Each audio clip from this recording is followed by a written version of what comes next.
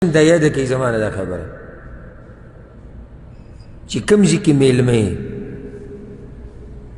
او تا له صرف ساده اوبه راوړي او د دې اوبو سره تا ته وایي چې روټۍ وخوره که نه نو عیبونه به نه لګې یو به د هغه په مخ کې تندی نه ترې وکړې دا زه تاسو ته د اوچت مؤمن صفات بیانوم او د دروند اصیل پښتون هم دا صفات دي یو به تندی نه ترې وکړې چې بهر ته راووتې خبرې به پسې نه کړې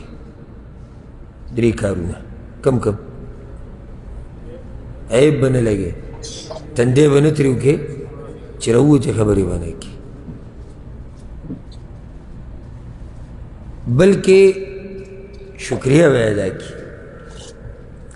ګوره دا دروند مؤمن دی اخلاقونه زار او قربان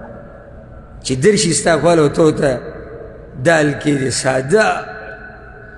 او ډوډۍ دې راوړي یو روټۍ ورته کې هغه یې مړه دی نو دومره تکلیف ته ضرورت څه او دا دومره هر څه ماشاءالله الحمدلله دا به سړي دا مطلب چې زما ډېره لویه خرچه کړې ده هغه لویه خرچه نه کړې خو د هغه مخامخ سړی لوی سړی دی هغه قدرمن سړی دی او چې بیا راوځي که نه مړ شي خو چېرته دا ونه وایي چې دال وکړه بل څه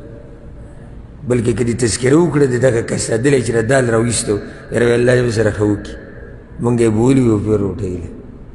دا د اصیل مؤمن صفت او پښتون هم داسې خو ډېرو خلکو کې دا صفت چې راته حقیقت ووایم نو نن سبا دا قیسې نشتي او مړه وی چرګ پکې نه و غوښه پکې نه و او دا روټۍ دې له زه اوسم زه په کور کې وایي د دې نه ښایسته خورم دا کمې د جهالت او د تکبر خبرې دي ته خلکو پسې روټو له ځي نهاره دغه به ته نهرې چې ته روټو له ګرځې زه خو روټو له نه ځم زه خو د انسان پسې ځم زه خو د الله دپاره ځم تشې اوبه چې راته کښېږدي زه له تندی ښکلوم چې زما یې دومره قدر وکړو چې تشې اوبه یې راته کېښودې دا د اوچتو خلکو صفات دي ځان کې راولي پیغمبر صلی الله علیه وسلم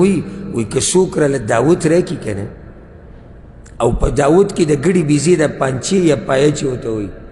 دی راله راوړي دا ګورې پالتو شی دی ښه داسې دی پښتنو ته قیمتي دی دا ګورې پالتو شی په څاروي کې هډوکي دی او د خپې او ګزاري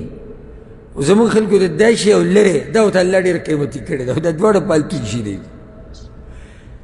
پیغمبر صلی الله علیه وسلم که څوک راله دعوت راکړي او دی راله پخ کړي که نه زه ورسره ځم دا ورسره خورم پیغمبر صلی الله علیه وسلم وایي که څوک راله دعوت راکړي او دا تش هډوکي راته کېږدي په دې کې د خوراک صحیح هم نه ګورې څه پکې د خوراک هسې دومره هډوکي پراته دي هېڅ پکې هم نه چې دا هډوکي راته څوک کېږدي پیغمبر صلی الله علیه وسلم وایي او دعوت راله راکړي په سر سترګو زه یې قبلوم